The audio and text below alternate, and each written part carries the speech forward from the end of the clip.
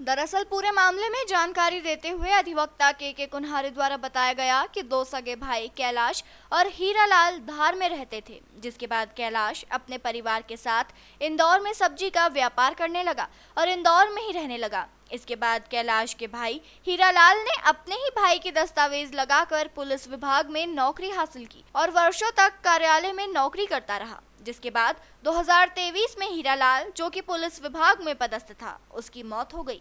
लेकिन सरकारी दस्तावेजों में कैलाश का नाम चढ़ा हुआ था और जब हीरालाल की मौत हुई तो हीरालाल के दोनों पुत्रों ने अनुकंपा नियुक्ति की चाहत में अपने काका कैलाश से संपर्क किया और दस्तावेजों में साइन मांगी। तब जाकर जीवित कैलाश को पता लगा कि मेरे नाम से ही नौकरी हीरालाल ने प्राप्त की थी और मेरे दस्तावेज लगाए थे। इस पर से पूरे मामले में अधिवक्ता के माध्यम से शिकायती आवेदन प्रस्तुत किया, जिसमें बताया गया कि फर्जी मृत्यु प्रमाण से लेकर हीरालाल की मौत की तस्वीर में कैलाश का नाम लिखकर लोगों में भ्रामक जानकारी फैलाई गई। फिलहाल पुलिस पूरे मामले में जांच में जुटी है।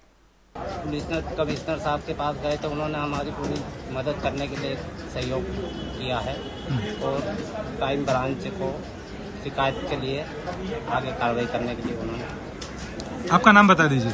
मेरा नाम कैलाश है, कैलाश पिता लक्ष्मण।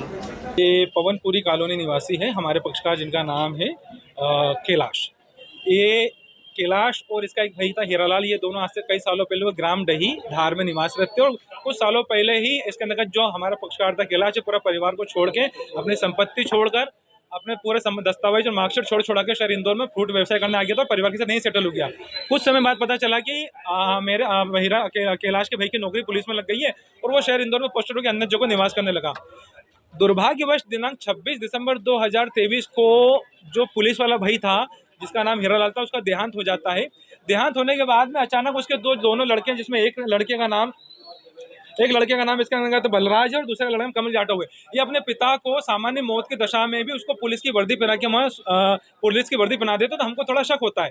शक होने के पश्चात में जब बताया कि 13 दिन का कार्यक्रम हो जाता है, 13 दिन के कार्यक्रम के बाद में मुझे चीज़ों की जानकारी पता चलती है कैलाश को पीड़ित पक्षकार के रूप में कि उसके मार्कशीटों के आधार पर उसके भाई हीरालाल ने फर्जी नौकरी हासिल करी और वो जो मृतक था उसका नाम वास्तव में नाम हीरालाल था, लेकिन वो कैलाश बनकर ही पुलिस के अंतर्गत नौकरी करता रहा। अब उसके बाद में, उसकी मौत के बाद में, उसके दोनों बेटे अनुकंपा नियुक्ति के चक्कर में फर्जीवाड़ा करते हुए उन्होंने जीवित काका का ही फर्जी प्रमाण पत्र बना लिया, मृत्यु प्रमाण पत्र, और उनके नाम से नौकरी के लिए अनुकंपा नियुक्ति के लिए आवेदन दिया।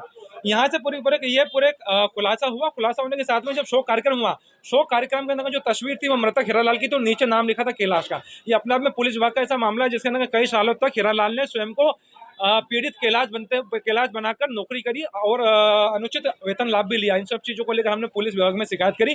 श्रीमान पुलिस कमिश्नर महोदय को शिकायत करने के बाद उन्होंने इसकी पूरी संपूर्ण जांच क्राइम ब्रांच महोदय इंदौर को दी है।